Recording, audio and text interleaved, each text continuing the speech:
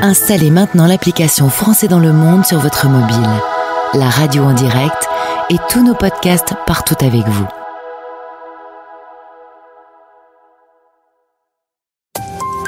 Voici 10 minutes, le podcast des Français dans le monde, dans le cadre du dossier spécial, le rôle du conjoint accompagnateur réalisé en partenariat et en exclusivité avec Expat Communication et Femmes Expat. Je suis Gauthier Seyss et j'ai le plaisir de passer 10 minutes avec Alix Carnot, directrice adjointe de Expat Communication. 10 minutes, le podcast des Français dans le monde. Françaisdanslemonde.fr. Je vais avoir des chiffres, je vais avoir des tendances, je vais même avoir un témoignage puisque c'est un rôle qu'Alix a déjà connu dans son parcours. Bonjour Alix et bienvenue sur la radio des Français dans le monde. Bonjour Gauthier, bonjour à tous. Alors c'est un exercice que tu aimes, partager et évoquer ce sujet du conjoint accompagnateur. Vous avez même décidé d'être partenaire sur la radio de ce dossier spécial. Gros sujet et il y a encore beaucoup de boulot. Oui, il y a encore beaucoup de boulot pour deux raisons principales. La première, c'est la carrière des conjoints expats, parce que il y a la moitié des conjoints expatriés qui voudraient travailler en expatriation qui n'y arrivent pas. Donc ça, c'est un vrai enjeu qu'on pourra creuser. Et puis l'autre enjeu, c'est l'enjeu patrimonial, de revenus, de protection financière du conjoint expatrié pendant l'expatriation, parce qu'il n'a pas forcément de revenus, mais aussi au retour, parce que ces trous dans la raquette, dans les revenus, ça peut avoir un impact à très long terme, voire quasiment jusqu'à la retraite. Et ben justement, d'ailleurs, il y aura un podcast sur le sujet de la retraite. Qu'est-ce qui va se passer avec ça? Quelles sont les tendances? Je rajouterai une troisième chose, qui est la situation du conjoint suiveur quand c'est un homme.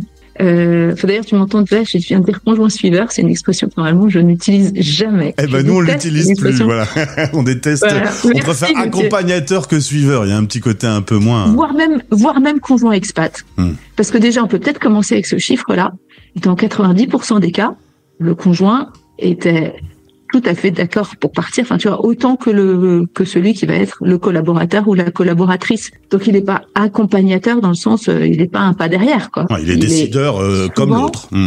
Ouais, voire même parfois il est à l'origine du mouvement, c'est-à-dire chérie, j'ai envie qu'on s'expatrie, trouve-toi un job à l'étranger.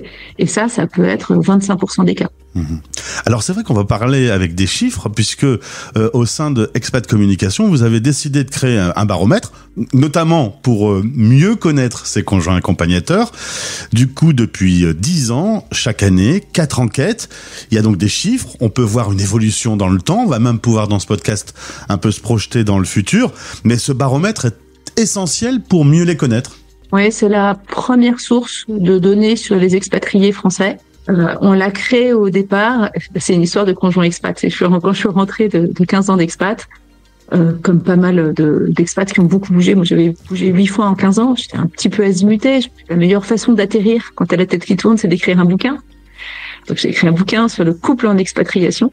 Parce que la question que je me posais, c'était pourquoi est-ce que moi, j'ai trouvé cette expérience de mener de façon conjointe, partir à l'étranger, vivre en couple et travailler, des choses qui paraissent assez élémentaires, partir en l'an 2000, revenu en l'an 2015, ça me paraissait assez logique de vouloir ces trois choses. Et en fait, c'est pas possible c'est très difficile de réaliser ça pour les deux dans le couple. Il y a des obstacles. Donc j'avais du mal à comprendre exactement pourquoi, de faire le bilan de ça. Je me suis dit, je vais écrire un livre. Et puis, une fois que j'ai écrit le livre, je me suis dit, oui, ça c'est mon expérience à moi, c'est que ma vision. Il faut des données beaucoup plus larges pour pouvoir parler comme toi, d'être la voix des expats et pas juste la voix de ma petite expérience à moi. Bien sûr. J'ai publié un sondage et figure-toi que j'ai eu pratiquement 2000 réponses à ce premier sondage sur le conjoint expat. Et c'est comme ça qu'est né notre baromètre. Vraiment d'une enquête au départ sur vous qui avez suivi votre conjoint à l'étranger, racontez-nous votre expérience. Alors, on va commencer avec un premier focus pour bien savoir de quoi on parle. Qui sont ces conjoints? Alors, la première chose qu'on a apprise avec le baromètre, c'est le conjoint expat, c'est le même que l'expatrié. Simplement, généralement, c'est une femme. Voilà, donc, un expat, c'est quoi? C'est quelqu'un qui a souvent bac+5. Dans 80% des cas, il est cadre. Pas tout le monde, mais dans 80% des cas. Et il est originaire, dans les 2/3 des cas, d'un grand groupe, donc souvent de la région parisienne. Le conjoint, c'est le même, à 88% aujourd'hui, 92% quand on a commencé les études, c'est une femme. Et l'autre différence entre le conjoint et le collaborateur, c'est que le collaborateur, il est plus souvent ingénieur, dans 25% des cas. Le conjoint, il est plus souvent avec une formation type école de commerce, dans 14% des cas, avec des fonctions support siège, type les mots en Inc, c'est marketing, sourcing, etc. On a évoqué, mais on s'attardera plus longuement dans un podcast dédié aux hommes qui sont à cette place. Alors, sur 10 ans, on est passé de 8 à 12% d'hommes accompagnateurs. Bon, ça évolue, mais on n'est pas à 50-50, hein. Non, on est très très loin du 50-50. Même dans les très rares entreprises où il y a 50% des expatriés qui sont des femmes, il n'y a pas 50% des conjoints qui sont des hommes. Alors, on pourrait se dire c'est parce que c'est deux femmes qui partent ensemble. Ça peut arriver, mais c'est pas ça qui explique la différence. La différence, elle vient du fait que quand les femmes partent en expatriation, c'est encore tellement un enjeu aujourd'hui d'être un conjoint homme que souvent les femmes partent soit seules, parce qu'elles sont célibataires, soit en laissant leur conjoint en France, et c'est du célibat géographique. Ça existe aussi, des hommes qui laissent leur femme et c'est du célibat géographique, mais c'est plus fréquent chez les femmes.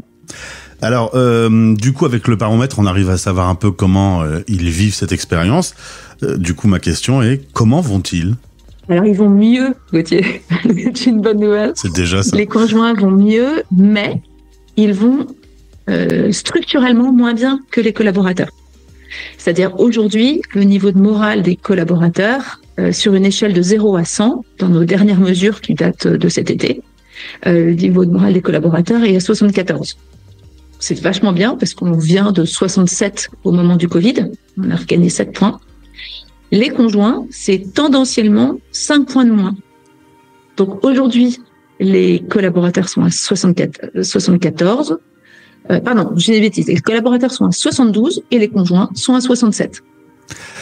Et après, on peut décomposer. Et ça, c'est vachement intéressant.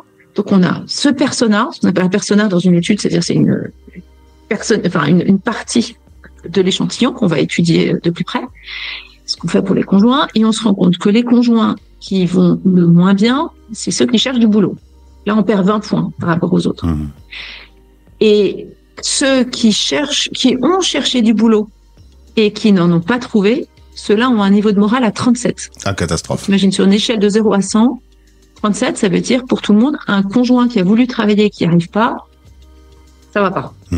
Ça va pas, et en plus, ça entraîne derrière des doutes sur l'aventure, un mal-être, même peut-être des problèmes physiques. Enfin, ça peut avoir des lourdes conséquences, hein.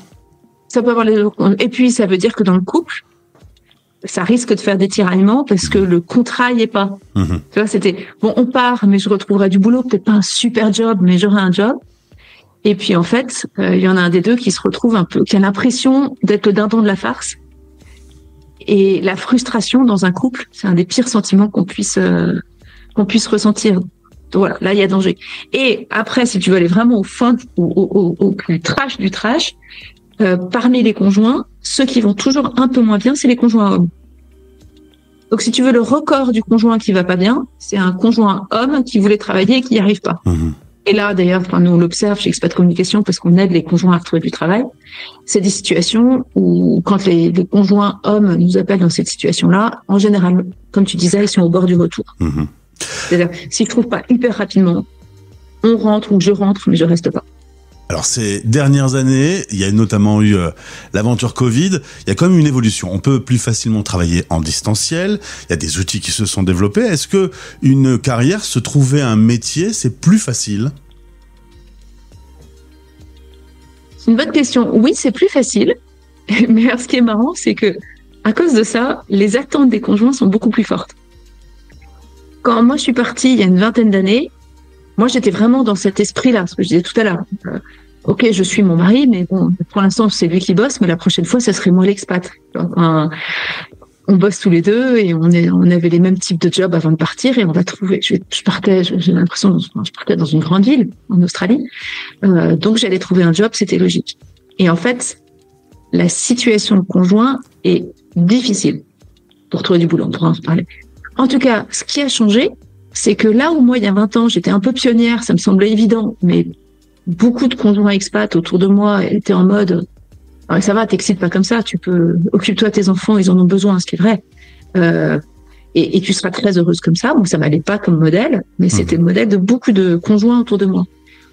Aujourd'hui, il y a quand même de plus en plus de conjoints qui, quand on leur dit, mais écoute, profite-en, fais-toi une pause, 3-4 ans, profite du pays, profite de tes enfants, la vie est belle et t'as peut-être moins besoin d'argent maintenant, n'arrivent pas à entendre ce discours. Soit parce qu'ils ont peur de pas trouver un job au retour, soit parce que, tout simplement, ils ont besoin de stimulation intellectuelle et que cette situation de rester, où ils veulent pas être dépendants financièrement, et cette situation leur va pas. Donc, si je reprends ta question, ça va mieux pour trouver du boulot parce qu'on peut trouver du travail comme une digital nomade ou en gardant son job d'avant ou en travaillant à distance. C'est un petit peu plus facile, mais comme il y a beaucoup plus d'attentes des conjoints sur le plan professionnel, il y a plus qu'avant de conjoints qui se sentent frustrés de leur carrière en expatriation. Et quand bien même si on crée son propre travail et qu'on devient proprement son chef d'entreprise, ça devient un autre challenge aussi, c'est de réussir son entreprise. Et ça fait quand même, au-delà de l'expatriation, l'éloignement avec son pays natal, ça fait quand même un gros challenge finalement. D'autant plus que les conjoints expats, on disait tout à l'heure quel est leur profil socio-démographique, c'est souvent des premiers de classe, comme les expats. C'est-à-dire, c'est des gens qui ont souvent des beaux diplômes, qui ont bien réussi, qui ont souvent beaucoup travaillé et qui ont l'habitude de se mettre des contraintes très élevées. Et nous, on le voit très souvent chez Expat Communication. Où tu sais, vu de l'extérieur, c'est tellement facile. Quand tu es dans la roue de l'écureuil, tu tournes et puis tu te rends pas compte. Mais nous, de temps en temps, quand on les voit à l'extérieur, une femme avec 5 enfants qui est arrivée en Afrique depuis 3 mois et qui s'énerve en disant « Vous comprenez, j'ai toujours pas trouvé de boulot. » Tu me dis « Détendez-vous, ça fait 3 mois que vous êtes là. » Oui, mais quand t'es à l'extérieur, c'est facile de dire ça. Quand t'es dans la perspective avec l'angoisse de « En fait, je risque de jamais en retrouver », tu peux te mettre une pression complètement folle. Avec le baromètre, vous avez 10 ans de recul. Si on regarde 10 ans devant, est-ce que on a des raisons de se détendre un peu, que les choses vont s'organiser, que ça va être plus facile, qu'on va plus prendre en charge la place du conjoint accompagnateur, que l'entreprise va mieux s'en occuper? Et là, je sens que tu vas lever les yeux en ciel en disant peut-être, mais pas assez vite. J'ai carrément les yeux en haut de ma boîte crânienne. Parce que déjà, c'est pas facile d'analyser les données et de rester rigoureux, mais alors en plus faire des projections, là je change de métier, je peux dire Madame Irma. Mais sérieusement, quand je vois les fils actuels et que j'essaye de les suivre, qu'est-ce qui se dessine? Côté des entreprises, je trouve que depuis quelques mois, c'est très récent, il y a un regain d'intérêt pour la conjointe, c'est de l'intérêt, mais c'est aussi de l'inquiétude vis-à-vis des conjoints expatriés. Je pense qu'il y a eu un petit peu plus de refus d'expatriation à cause du recul. Mais ça, nous, on n'arrive pas à le mesurer, c'est trop fin. Et donc, plus de préoccupation pour le conjoint expatrié, donc peut-être un peu plus d'accompagnement. C'est possible. Et ça, c'est positif. Il y a aussi dans quelques entreprises, et ça, nous, on essaie vraiment de pousser pour ça, un peu plus de considération. Là, par exemple, un produit qu'on a et qui marche pas mal, c'est un guide du conjoint expatrié que les entreprises offrent. Ils le personnalisent et ils l'offrent aux conjoints de leurs collaborateurs. Ça, c'est quelque chose qui rencontrait pas trop d'écho il y a encore 5 ans. Aujourd'hui, on a beaucoup plus de succès avec ce type de choses. Alors, finalement, donc, Alix, un peu plus d'accompagnement. Ce que j'aimerais, c'est un peu plus de flexibilité dans les carrières. C'est-à-dire un peu plus d'acceptation du fait d'avoir des trous, des parcours atypiques et des avenirs. Et ça, je trouve que, pour le coup, on est vraiment sur la bonne voie. Alors, la bonne nouvelle, finalement, c'est que ce dossier spécial que l'on lise ensemble, en plus, ça va mettre un peu plus d'éclairage encore sur cette position. Et donc, ça ne sera que bénéfique pour le futur. Exactement. Merci beaucoup, Gauthier. J'essaye toujours, tu sais, de voir le bon côté des choses. On se retrouvera pour d'autres sujets. le couple, les enjeux pour le conjoint. Enfin, on a des beaux thèmes qui se déroulent. On se retrouvera donc au cours de ce mois spécial. Françaisdanslemonde.fr